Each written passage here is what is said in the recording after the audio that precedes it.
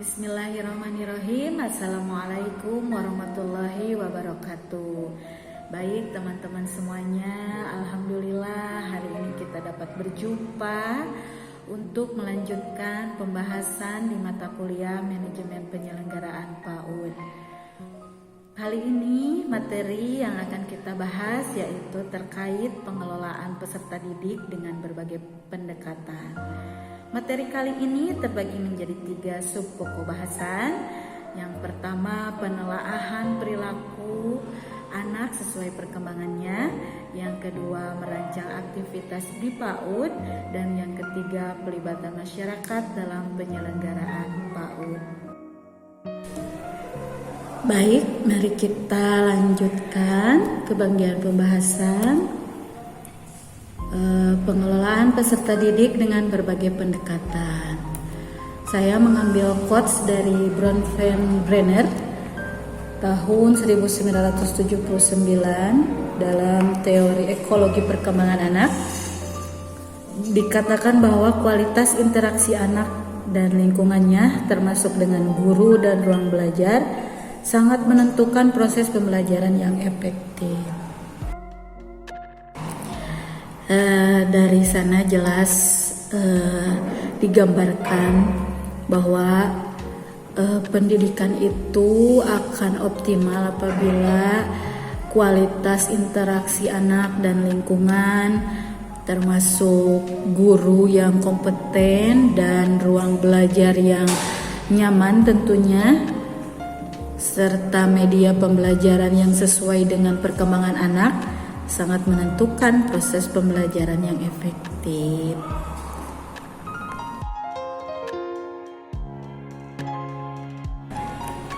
Pengelolaan peserta didik di PAUD itu tidak hanya tentang rutinitas administratif saja, melainkan merupakan inti dari proses pendidikan yang mencakup tahapan yang terintegrasi. Tahapan itu dimulai dari perencanaan yang matang. Perencanaan yang matang di sini adalah ketika satu lembaga membuat kurikulum yang akan diimplementasikan di lembaga tersebut, sehingga nantinya ketika perekrutan peserta didik atau penerimaan peserta didik itu kita bisa mengkualifikasikan peserta didik mana yang akan kita terima di lembaga. Yang kedua, proses penerimaan. Pada proses penerimaan kita harus membuat persyaratan yang harus disiapkan oleh orang tua yang ingin memasukkan anaknya ke lembaga kita, seperti akte kelahiran, kartu keluarga, atau KTP orang tua. Dari sana kita dapat mengetahui dengan pasti berapa usia anak tersebut, sehingga nanti dalam pengelompokan kelompok belajarnya bisa sesuai dengan tahap usianya. Pada pengelolaan peserta didik juga tidak lepas dari pembinaan bersifat holistik dan berpusat pada anak, di mana anak usia dini bukan sekedar belajar membaca atau berhitung. Mereka butuh pembinaan yang holistik, menyentuh fisik, emosi, sosial, dan spiritual. Pendidikan anak usia dini juga harus berpusat pada anak, di mana kita sebagai pendidik dan orang tua harus menghargai keunikan, minat, dan irama tumbuh kembangnya, karena setiap anak belajar dengan caranya sendiri. Komponen penerimaan peserta didik di PAUD yang pertama yaitu penerimaan dan pendaftaran peserta didik, di mana ini mencakup 2 hal, yaitu proses penerimaan dan penempatan anak dalam kelompok belajar. Yang kedua yaitu pembinaan dan pengembangan peserta didik, yang berisi tentang pendekatan individual, pengelolaan kegiatan harian, pembelajaran berbasis bermain, dan pembinaan karakter dan kemandirian.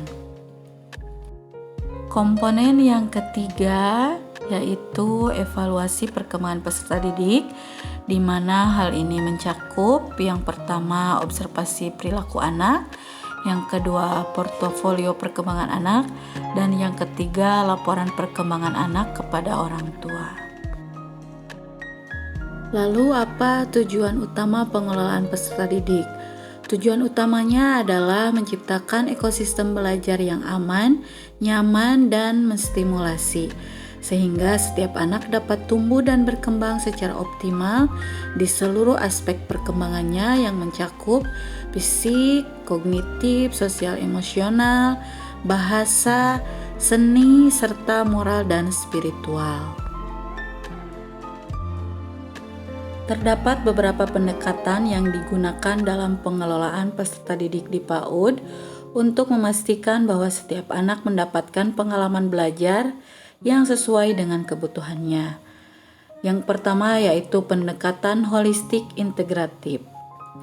Pendekatan ini mengacu pada Perpres nomor 60 tahun 2013 yang menekankan pemenuhan kebutuhan anak secara menyeluruh dalam aspek pendidikan, kesehatan, gizi, pengasuhan, dan perlindungan. Holistik integratif yang pertama menyelenggarakan pendidikan yang mencakup aspek kesehatan, gizi, dan kesejahteraan anak. Yang kedua melibatkan peran orang tua, guru, tenaga kesehatan, dan komunitas dalam mendukung perkembangan anak. Dan ciri yang ketiga yaitu menggunakan metode pembelajaran yang bersifat interaktif dan multisensori. Bagaimana contoh implementasi dari pendekatan holistik integratif? Yang pertama, sekolah menyediakan makanan sehat untuk mendukung tumbuh kembang anak. Yang kedua, melibatkan tenaga kesehatan dalam pemeriksaan rutin anak. Contoh implementasi dari pendekatan bermain atau play-based learning adalah bermain peran di sudut drama untuk mengembangkan keterampilan sosial, dan yang kedua bermain balok untuk meningkatkan koordinasi motorik dan keterampilan sosial. Pendekatan yang kedua yaitu pendekatan bermain atau play-based learning. Pendekatan ini berorientasi pada prinsip bahwa anak belajar melalui bermain.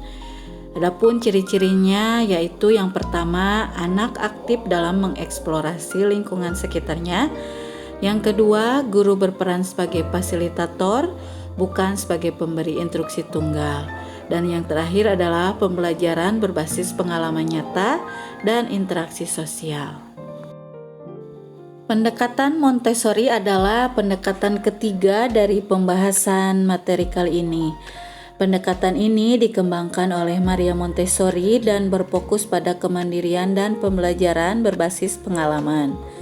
Ciri-ciri dari pendekatan Montessori adalah lingkungan belajar yang terstruktur dengan berbagai alat bantu pembelajaran. Anak diberikan kebebasan memilih aktivitas sesuai dengan minatnya. Dan yang terakhir, guru hanya sebagai pembimbing, tidak memaksakan metode belajar tertentu. Pendekatan yang keempat yaitu pendekatan Reggio Emilia, di mana pendekatan ini dikembangkan di Italia dan menekankan pada ekspresi kreativitas anak melalui seni, eksperimen, dan eksplorasi.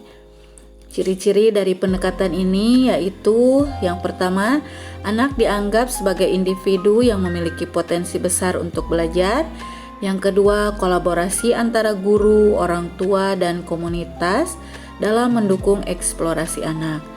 Dan yang ketiga, yaitu lingkungan kelas dirancang seperti studio seni untuk mendorong ekspresi kreatif anak. Contoh implementasi dari pendekatan Reggio Emilia yang pertama adalah anak membuat proyek seni berbasis tema, misalnya menggambar pohon setelah mengamati lingkungan sekitar.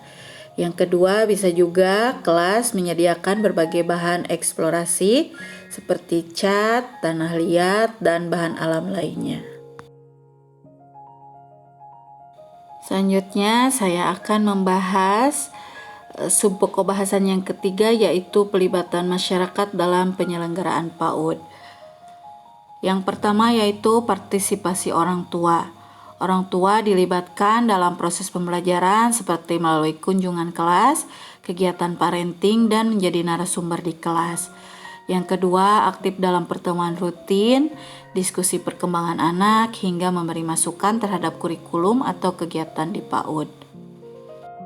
Pelibatan masyarakat yang kedua yaitu kontribusi tokoh masyarakat dan lembaga sosial. Tokoh agama, ketua RT, RW, atau tokoh adat bisa dilibatkan dalam kegiatan edukatif atau nilai moral budaya. Kemudian lembaga seperti PKK, Karang Taruna, dan komunitas lokal bisa membantu dalam penyuluhan gizi, kesehatan, atau pengadaan alat bermain. Pelibatan masyarakat yang ketiga yaitu kemitraan dengan dunia usaha. Usaha lokal atau koperasi bisa memberikan dukungan berupa CSR, misalnya alat permainan edukatif, taman bermain, atau renovasi ruang kelas. Pelibatan masyarakat yang keempat yaitu gotong royong dan dukungan lingkungan. Masyarakat sekitar bisa bergotong royong membantu kebersihan, keamanan, dan kenyamanan lingkungan PAUD. Kemudian yang kedua bisa melakukan kegiatan seperti kerja bakti, lomba lingkungan sehat, dan kampanye sadar gizi bisa menjadi bentuk pelibatan nyata. Pelibatan masyarakat dalam penyelenggaraan PAUD yang kelima yaitu forum komite PAUD. Sekolah dapat membentuk komite PAUD untuk menjadi jembatan antara lembaga PAUD dan masyarakat. Komite ini juga nantinya dapat membantu dalam pengambilan keputusan, pengawasan kegiatan, hingga penggalangan dana secara transparan. Manfaat pelibatan masyarakat dalam penyelenggaraan PAUD yang pertama, meningkatkan rasa kepemilikan masyarakat terhadap PAUD. Yang kedua, menumbuhkan budaya peduli pendidikan sejak usia dini. Dan yang ketiga yaitu menciptakan kolaborasi yang memperkuat mutu layanan PAUD secara berkelanjutan.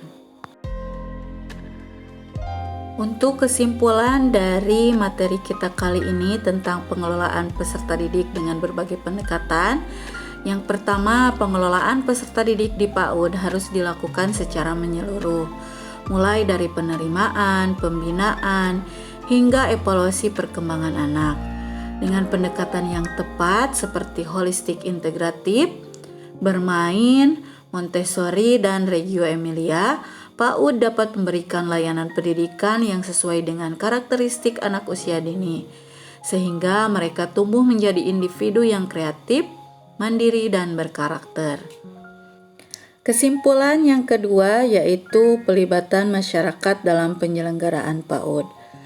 Pelibatan masyarakat dalam penyelenggaraan PAUD sangat penting untuk menciptakan layanan pendidikan yang berkualitas. Kolaborasi antara orang tua, tokoh masyarakat, dan lembaga terkait dapat memperkuat dukungan terhadap tumbuh kembang anak sejak dini. Dengan keterlibatan aktif, tercipta lingkungan belajar yang kondusif, inklusif, dan berkelanjutan.